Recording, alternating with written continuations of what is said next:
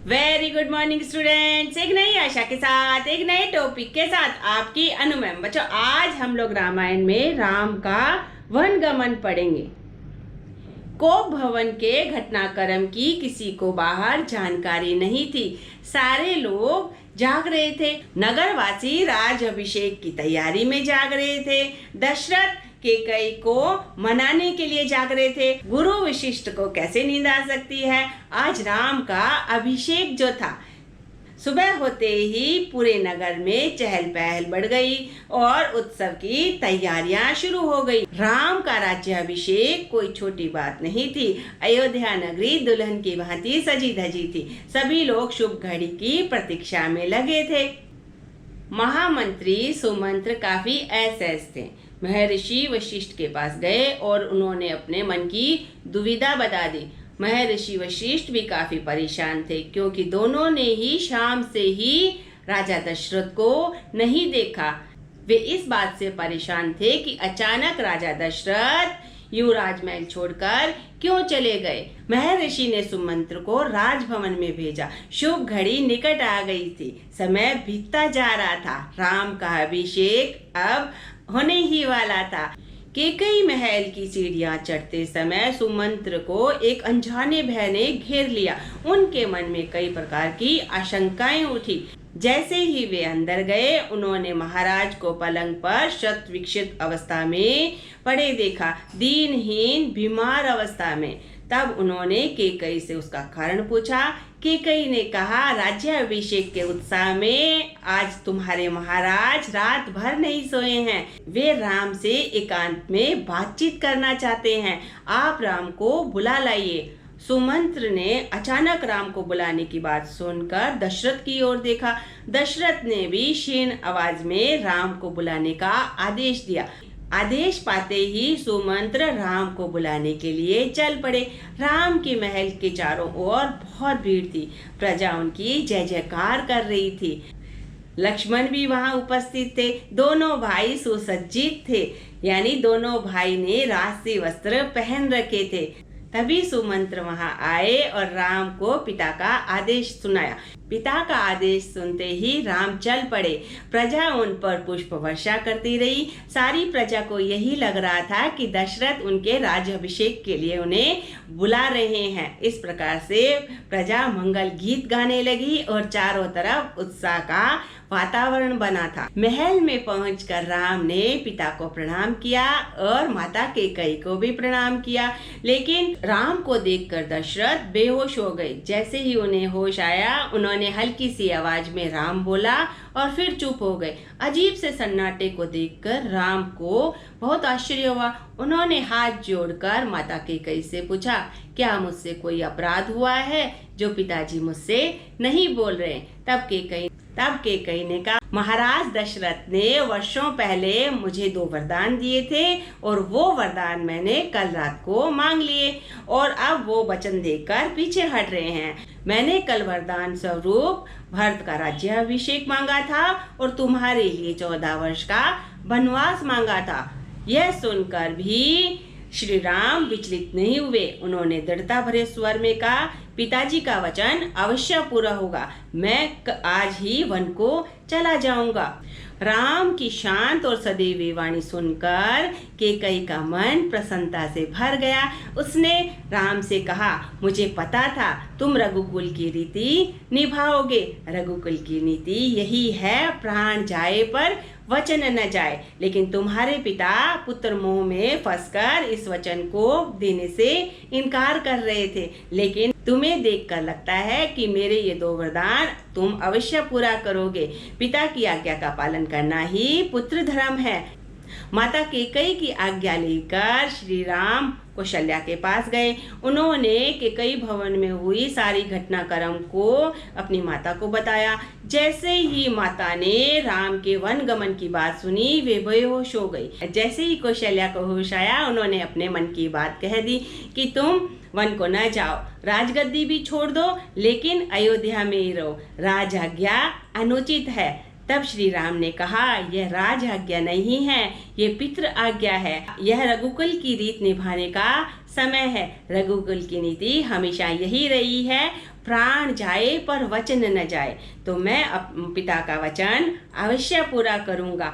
राम की दृढ़ता को देखकर माता कौशल्या ने राम को आशीर्वाद दिया कि 10 दिशाएं तुम्हारी रक्षा करेगी, मैं तुम्हारी प्रतीक्षा करूंगी। लेकिन लक्ष्मण को यह बात बिल्कुल पसंद नहीं आई। उन्होंने कहा, आप यह अयोध्या नगरी अपने बाहुबल से जीतकर राजगद्दी पर विराजमान हो। तब राम ने कहा, अधर्म का सिंहासन मुझे नहीं चाहिए, मेरे लिए जैसी राजगद्दी है वैसा ही वन, मैं पिता का वचन अवश्य पूरा करूंगा।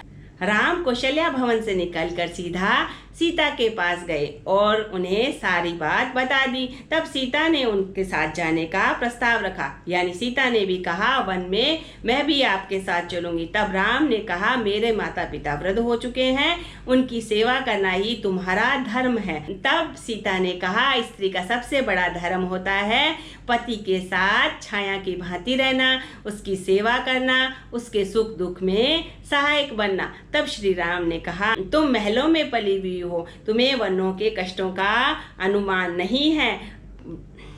वनों में न तो ठीक से रहने की जगह होती है, न खाने पीने की वस्तु होती है। तुम भला वनों के कष्टों को किस प्रकार से सहन करोगी? तुम बहुत सुकुमारी हो, तुमसे वनों के कष्ट नहीं सहे जाएंगे।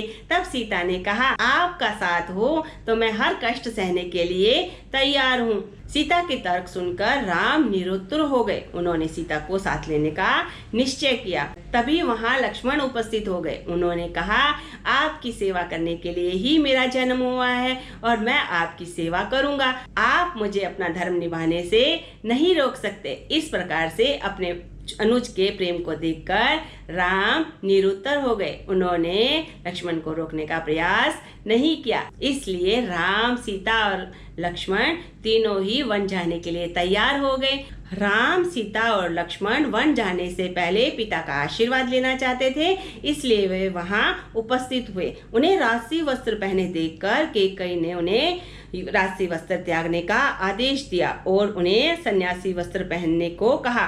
राम, सीता और लक्ष्मण ने अपने राजसी वस्त्र इस प्रकार से त्याग दिए जिस प्रकार से तोता अपने पंख त्यागता है, और सन्यासी वस्त्र धारण कर लिए। दशरथ ने राम से क्षमा मांगते हुए कहा, पुत्र, मेरी मति मारी गई थी, मैं वचनबद्ध था, इसलिए यह निर्णय लेने पर विवश हूँ।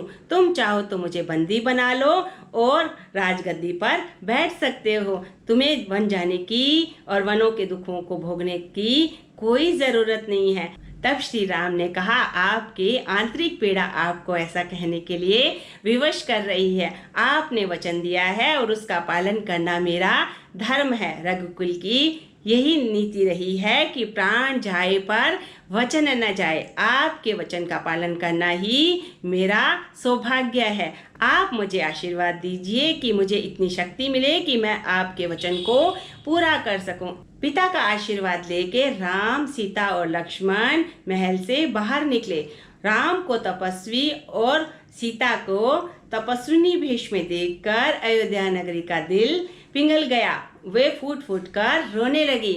उनको इस प्रकार का विलाप करते देखकर राम ने उन्हें धीरज बंधाया। राम, सीता और लक्ष्मण सुमंत्र के रथ पर बैठ गए। राम ने सुमंत्र को आदेश दिया कि रथ तेजी से चलाए ताकि नगरवासियों को कष्ट कम हो। नगरवासी उनके रथ के पीछे दौड़े, लेकिन राम ने तेज गति से रथ चलाने का आदेश सुमंत्र को दिया था, इसलिए ही शीघ्र ही वे अयोध्या नगरी से बाहर हो गए। रथ दिन भर दौड़ता रहा और दौड़ते दौड़ते तमसा नदी के किनारे पहुंचा। शाम को उन्होंने वहीं पर रुकने का निश्चय किया। अगली सुबह उन्होंने फिर से चलना शुरू किया और वे गंगा तट पर आए। अगली सुबह वे दक्षिण दिशा की ओर गए। गोमती नदी को पार करके सई नदी के पास आए। महाराजा दशरथ के राज्य की सीमा यहीं पर समाप्त होती थी। राम ने मुड़कर अपनी जन्मभूमि को प्रणाम किया और कहा कि अब 14 वर्ष पश्चात ही तुम्हें देख सकूंगा। शाम होते होते वे गंगा के किनारे पहुंचे। मित्र निषाद राज ने उनका स्वागत किया। निषाद राज का आतिथ्य श्री राम ने स्वीकार किया। वे रात भर वहीं रुके। अगली सुबह महामंत्री सुमंत्र को राम ने समझा बुझाकर वापस भेज दिया। दोनों राजकुमार और सीता ने नाव में बैठकर नदी पार की। सुमंत्र का जब खाली रथ अयोध्या लौटा तो अयोध्या वासियों ने उन्हें घेर लिया और तरह तरह के प्रश्न पूछने लगे। सुमंत्र सीधे राजमहल गए, जहां पर राजा दशरथ सतविकसित अवस्था में बीमार पड़े हुए थे। सुमंत्र को देखते ही राजा दशरथ ने विलाप करते हुए कहा, मेरा राम कहाँ है, मेरी सीता कहाँ है, मेरा लक्ष्मण कहाँ है, वे कैसे हैं, वे कहाँ गए। इस प्रकार से प्रश्नों की बौछार सुमंत्र पे होने लगी। सुमंत्र ने एक एक करके सारे प्रश्नों का उत्तर दिया। वन गमन के 6वें दिन राजा दशरथ ने प्राण त्याग दिए। इस प्रकार से राजगद्दी सुनी हो गई। तब गुरु वशिष्ठ की आज्ञा से भरत और शत्रुघ्न को अयोध्या नगरी में बुलाया गया। घुड़सवार भरत और शत्रुघ्न को बुलाने के लिए रवाना हो गए। तो इस प्रकार से हमने इस पाठ में क्या पढ़ा, राम का वन गमन। अब आपसे इसमें किस प्रकार से प्रश्न पूछे जा सकते हैं। कैकेयी ने कौन से 2 वरदान मांगे। कैकेयी ने पहला वरदान मांगा भरत का राज्याभिषेक और दूसरा राम का 14 वर्ष का वनवास। रघुकुल की क्या रीति है। रघुकुल की रीति है प्राण जाए पर वचन न जाए। कैकेयी कहाँ जाकर बैठ गई। कैकेयी सारे आभूषण उतार कर कोप भवन में जाकर बैठ गई। मंथरा कौन थी। मंथरा कैकेयी के बचपन की दासी थी, जिसने कैकेयी के कान भरे। मंथरा ने कैकेयी को क्या कहकर बहकाया।